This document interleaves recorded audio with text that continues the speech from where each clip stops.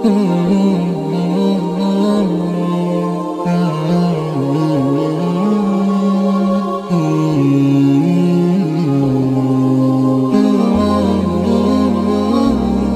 باللہ من الشیطان الرجیم، بسم اللہ الرحمن الرحیم۔ ناظرین محترم، السلام علیکم۔ علوم قرآن کے حوالے سے اب تک جو گفتگو چل رہی تھی اسی سلسلے کو آگے بڑھاتے ہوئے قرآن کے حوالے سے گفتگو کی جاتی ہے تو ایک بہت اہم چیز ہے جسے ہم وحی کے نام سے جانتے ہیں، اور یہ جو قرآن نازل ہوا ہے یہ وحی الہی کے ذریعے نازل ہوا ہے جو ہمارے آخری نبی محمد مصطفیٰ پر صلی اللہ علیہ وآلہ وسلم پر ہوئی ہے۔ سوال یہ ہوتا ہے کہ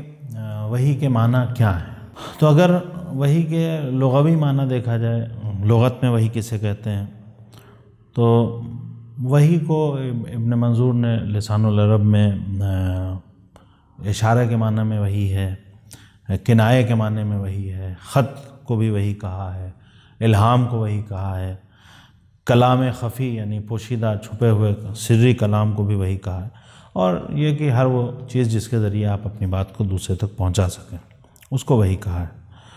دوسری طرف راغب اصفہانی جو ہے وہ وحی کو ایک تند اور سری اشارے کے معنی میں بیان کرتے ہیں کہ وحی وہ ہے جو ایک تند اور سری اشارہ اسے وحی کہا جاتا ہے۔ اصطلاح میں وحی اس رابطے کو کہتے ہیں جو خدا کا اپنے خاص بندوں سے رابطہ رہتا ہے، جس رابطے کے ذریعے خداوند عالم اپنے پیغام کو اپنے خاص بندوں یعنی پیغمبر اور رسولوں تک پہنچاتا ہے، اور اسی وحی کے ذریعے یہ منتخب افراد خداوند عالم کے پیغامات کو حاصل کرتے ہیں، اور اس صلاحیت کے صرف یہی لوگ حامل ہیں جو خدا کے مخصوص بندے ہیں، وہی اس بات کی شائستگی رکھتے ہیں، اس صلاحیت کے حامل ہیں کہ وہ خدا کے اس پیغام کو سن سکتے ہیں، ورنہ جو عام لوگ ہیں وہ اپنے ظاہری آنکھ اور کان کے ذریعے ان پیغامات کو سن اور دیکھ نہیں سکتے ہیں۔ لہٰذا خداوند عالم نے جو وحی ہمارے آخری نبی پہ نازل کی اور اسی وحی کے ذریعے یہ پورا قرآن جو ہے نازل کیا گیا ہے، جبکہ خود قرآن میں وحی کا جو ذکر آیا ہے وہ مختلف لوگوں کے لیے ہے، یعنی قرآن میں وحی فرشتوں کے لیے بھی ہے، قرآن میں وحی شیاطین کے لیے بھی ہے، انسان کے لیے بھی ہے، حیوان کے لیے بھی، اور یہاں تک کہ زمین کے لیے بھی وحی کا استعمال کیا گیا ہے۔ اور جتنے بھی مفاہیم ہیں جیسے الہامات ربانی ہیں، شیطانی وسوسے ہیں، اشارے وغیرہ، ان سب کو بھی وحی کے معنی میں بیان کیا گیا ہے، لیکن اصطلاح میں وحی اسی کو کہتے ہیں کہ جس کے ذریعے خداوند عالم اپنے خاص منتخب بندوں تک اپنے پیغام کو پہنچاتا ہے، اور وہ اس پیغام کو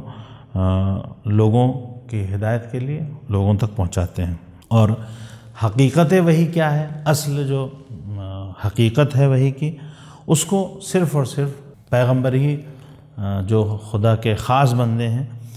وہی بیان کر سکتے ہیں، کیونکہ وہی لوگ ہیں جن کے اوپر وحی نازل ہوتی ہے اور وہی اس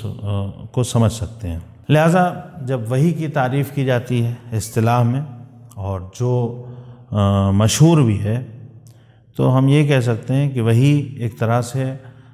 وہ آسمانی تکلم ہے کہ جس کا درک کرنا جو ہماری ظاہری حس و عقل ہے اس کے ذریعے ممکن نہیں ہے، اور اس کو سمجھنے کے لیے خاص شعور کی ضرورت ہوتی ہے کہ جس کو خداوند عالم اپنے کچھ خاص بندوں کو عطا کرتا ہے۔ لہٰذا اس خاص شعور کے ذریعے اور اس خاص صفت کے ذریعے، اس صلاحیت کے ذریعے خدا کے جو خاص بندے ہیں وہ خداوند عالم کے جو پیغامات ہیں ان کو حاصل کرتے ہیں، اور ہم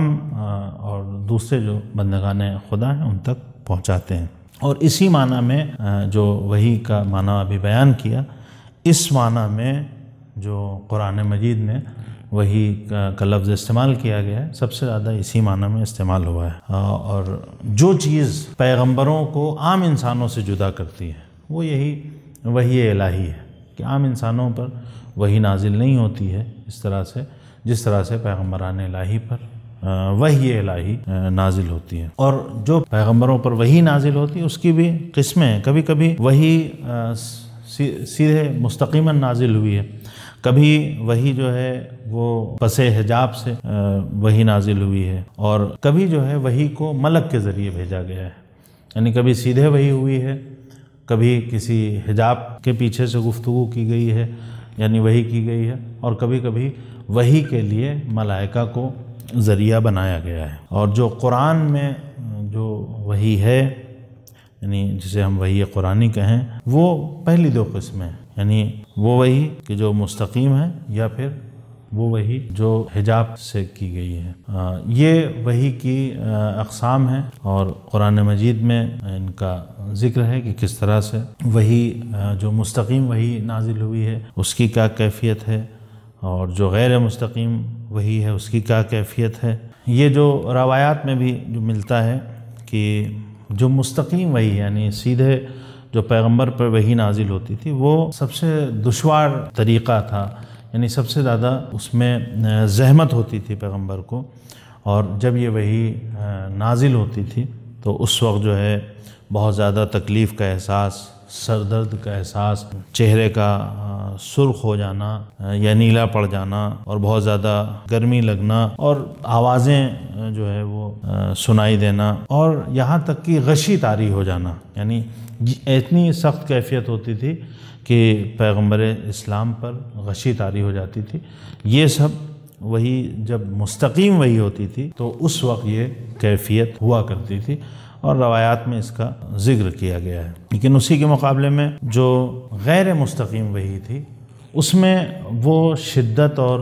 وہ سختی نہیں تھی، لہذا وحی کے بارے میں جو قرآن کی سورہ شعراء میں آیتیں ہیں 192 سے لے کے 194 تک، ان آیات کی روشنی میں یہ جو وحی نازل ہوتی تھی یہ جبرائیل کے توسط سے قلب پیغمبر پر نازل ہوتی تھی، اور آپ اپنے تمام وجود کے ساتھ وحی کو دریافت کرتے تھے، اور یہ جو ظاہری آنکھ ہے یا ظاہری کان ہیں یہ وحی کو حاصل کرنے میں ان کا کوئی خاص رول نہیں رہتا تھا۔ کبھی کبھی روایت میں یہ بھی ملتا ہے کہ جبرائیل انسان کی شکل میں آ جاتے تھے اور آ کے رسول کی خدمت میں پیغام الہی پہنچاتے تھے۔ تو یہ مختلف وحی کی قسمیں ہیں اور بہت زیادہ تفصیل کی گنجائش نہیں ہے، اور ہو سکتا ہے مختصر بیان کرنے کے چکر میں کچھ چیزیں رہ بھی گئی ہوں، لیکن خلاصہ یہ کہ وحی ایک مستقیم ہے اور ایک غیر مستقیم وحی ہوتی تھی۔ جو مستقیم وحی ہے وہ سیدھے پیغمبر پہ، اور جو غیر مستقیم وحی ہے وہ کبھی حجاب سے اور کبھی فرشتوں کے ذریعے ہوتی تھی۔ اور جب مستقیم وحی ہوتی تھی، سیدھے جب پیغمبر پہ وحی نازل ہوتی تھی تو آپ کی کیفیت ایسی ہو جاتی تھی کہ کبھی چہرے کا رنگ جو ہے وہ سرخ ہو جاتا تھا، نیلا پڑ جاتا تھا، اور آپ کو سخت گرمی لگتی تھی، اور اس کے علاوہ سر درد وغیرہ کی کیفیت طاری ہوتی تھی، اور یہاں تک کہ کبھی کبھی آپ بے ہوش ہو جاتے تھے۔ لیکن جو غیر مستقیم وحی ہے اس میں یہ حالات نہیں ہوتے تھے۔ بہرحال ہمارا مقصد یہ ہے کہ ہم یہ جاننے کی کوشش کریں کہ قرآن کی اہمیت کیا ہے، قرآن کس طرح سے نازل ہوا، اور اس قرآن کو سمجھنے کے لیے، اس قرآن سے ہدایت حاصل کرنے کے لیے بہت ضروری ہے کہ ہم قرآن سے جتنا زیادہ قریب ہو سکیں اتنا زیادہ قرآن سے قریب ہوا جائے۔ وآخر دعوانا ان الحمد للہ رب العالمین۔ شیعہ زداری، پیغام اہل بیت کو پہنچانے کا راستہ۔